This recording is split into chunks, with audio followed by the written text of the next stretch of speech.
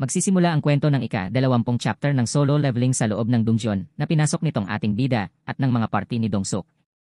Ang mga dungeon nga daw ay hindi masusukat ang rango nito base sa kalakihan o lawak ng dungeon. May mga pagkakataon pa nga na kailangan mong galugarin ng ilang araw ang isang loob ng dungeon. At meron ding mga pagkakataon na ilang oras lang ay makakapunta ka na agad sa kinaroroonan ng boss.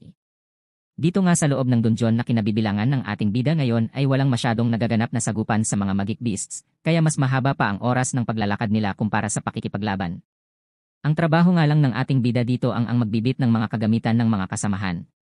Hanggat hindi nga sila malalagay sa alanganin, ay hindi siya sasali sa mga magaganap na labanan dito. Mababayaran naman daw siya dito kahit hindi siya makipaglaban. Magandang kalakaran naman to para sa kanya. Ngunit bigla niyang naalala ang kasabihang, mag-ingat sa butiki. Mukhang ito ay bigla ang babalat. Hindi niya nga lubos maisip kung bakit ito ay biglang sumagi sa kanyang isipan. Habang pinagmamasdan niya nga itong sila Dongsuk ay napag-iisipan niya na sigurado siya na kapag may nararamdaman itong panganib sa paligid niya ay hindi ito nagkakamali. Matapos ng kanilang pahinga ay nagpatuloy na nga silang maglakad ulit. Nawiwerdohan nga daw itong si Dongsuk sapagkat medyo matagal na silang naglalakad ngayon, ngunit wala pa silang nakikita kahit ni isang magic beasts na kumpleto pa ang mga pangangatawan. Ang tanging mga nadaanan nga lamang nila ay ang mga patay o mga naghihingalong mga langgam. Pero parang meron pa rin daw ditong boss na matatagpuan dito, tanong niya sa mga kasamahan niya. Kung wala daw ditong boss ay hindi ito magbubukas ang gate.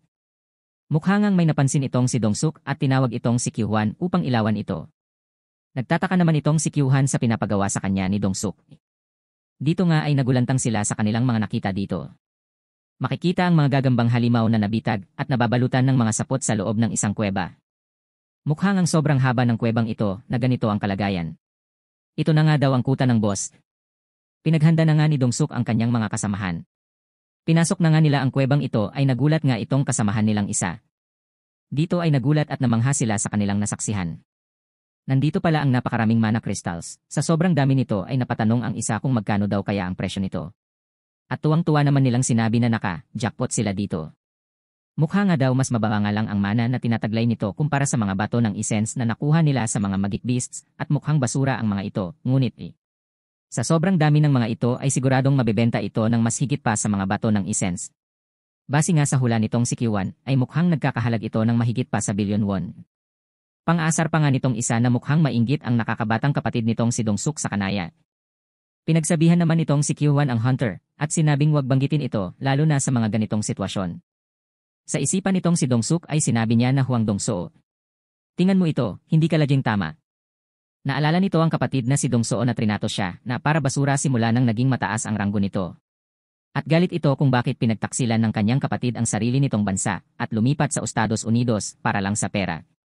Mukhang iniisip nga daw ng kanyang nakakabatang kapatid na mas mababa pa rin ito sa kanyang paningin.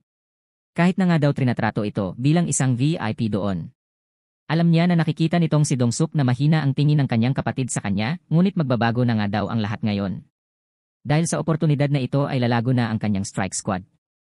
At nabanggit nga nitong isang hunter na naka-jackpot nga sila, at kahit nahatiin pa nilang siyam ang 1 bilyon ay mayroon pa rin silang tig 100 milyon. Si Jinho naman ay sinabihan itong ating bida na ipakita nito ang kanyang kontrata na pinirmahan niya. Sinabing eksperto ito pagdating sa mga ganitong bagay.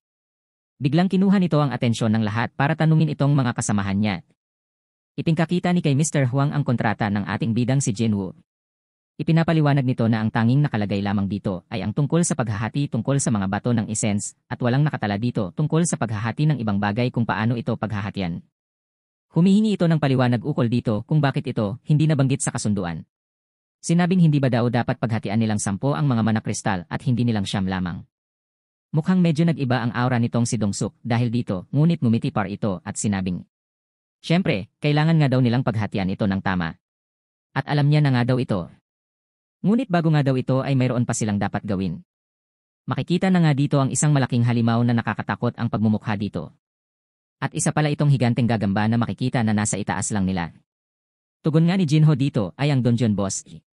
Sinabi nga dito ni Dongsuk na alam nyo ng lahat na magsasarado ang gate kapag natalo na nila itong boss. Kaya bago nila talunin ang gagambang ito ay, kinakailangan muna nilang minahin ang mga mana crystals at mailabas muna ang mga ito. Nagpapasalamat nga itong si Dongsuk sapagkat mukhang tulog pa nga ito ngayon dahil busog pa ito. Pagkakataon na nga daw nila ito upang kolektahin ang mga crystals. Tinanong ni Dongsuk itong si Chuljin kung nadala ba nito ang mga kagamitan para sa pagmimina. Sagot naman ito na hindi. Sino ba daw ang mag-aakala na mayroong mga mana crystals dito sa sirang na dungeon? Iniwanan nga daw nito ang mga kagamitan sa pagmimina sa likod ng sasakyan. Sinabi naman nitong si Dongsuk na lage niya daw itong pinapaalalahan na laging maghanda. Nagtataka na nga itong ating bida dito. Humingi pa nga ito ng tawad kay Dongsuk dahil kasalanan niya daw ito. Mukhang wala namang magawa dito si Dongsuk habang napapabuntong ng hininga niya. At sinabi nitong si Dongsuk kung pwede ba munang maiwanan itong si Jinwoo at Jinho dito para magbantay muna. Kinakailangan daw muna nilang bumalik upang kunin ang mga kagamitan na naiwanan. Medyo kinabahan at natakot nga itong si Jinho dahil dito. Kaya napatanong na lang siya kung bakit kailangan silang dalawa lang kinakailangang maiwan dito sa kuta ng boss. Sinabi nitong si Dongsuk na hindi daw dapat ito mag-alala sapagkat magiging ayos lang sila dito. Hindi naman daw ito mukhang mauunang umatake kung hindi mo unang lulusubin ang teritoryo nito. Mukha naman daw mahimbing ang pagkakatulog nito matapos nitong mabusog sa dami ng kinain. Magiging ayos lang daw silang dalawa hanggat hindi nila pupuntahan at gagalitin ito. Hindi nga sana sang-ayon dito si Jinho, ngunit sinabihan ito ni Dongsuk na ito ang kauna-unahan mong raid at itong ating bida naman daw ay ang kauna-unahang si rank na dungeon. Kaya dapat daw nila itong pagkatiwalaan habang ito ay nakangiti sa kanila.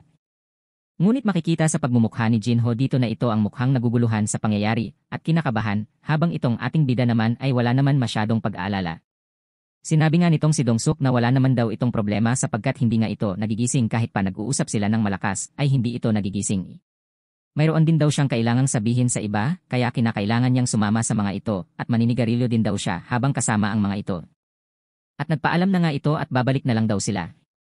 Wika ng ating bida.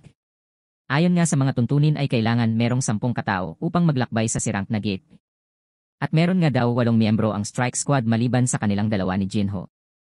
Naalala nito na sinabi ni Dongsuk na matagal na silang nagtatrabaho ng ganito. Kaya ibig sabihin lamang nito ay lage na silang nakakapasok at nakakalabas ng maraming mga sirang na gates. Kaya hindi na dapat nila kinakailangan pangpunan ang 2 kulang pa sa kanilang grupo. Tinawag na nga nitong si Dongsuk si Kyuhwan. Inutosan niya agad itong harangan ang daanan ng kuta ng boss E. Habang makikita sa mukha nito na may masama itong balak.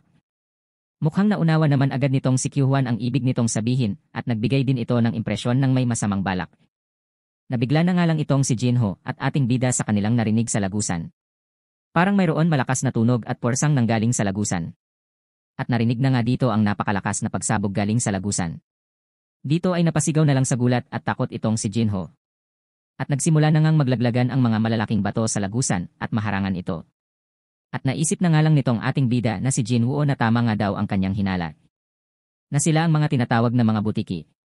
At dito na nga nagtatapos ang ika-20 chapter ng kwentong manhwa ng Solo Leveling. Maraming salamat! At kung nagustuhan nyo ang ating kwento ay huwag kalimutang mag-like, mag-share at mag-follow.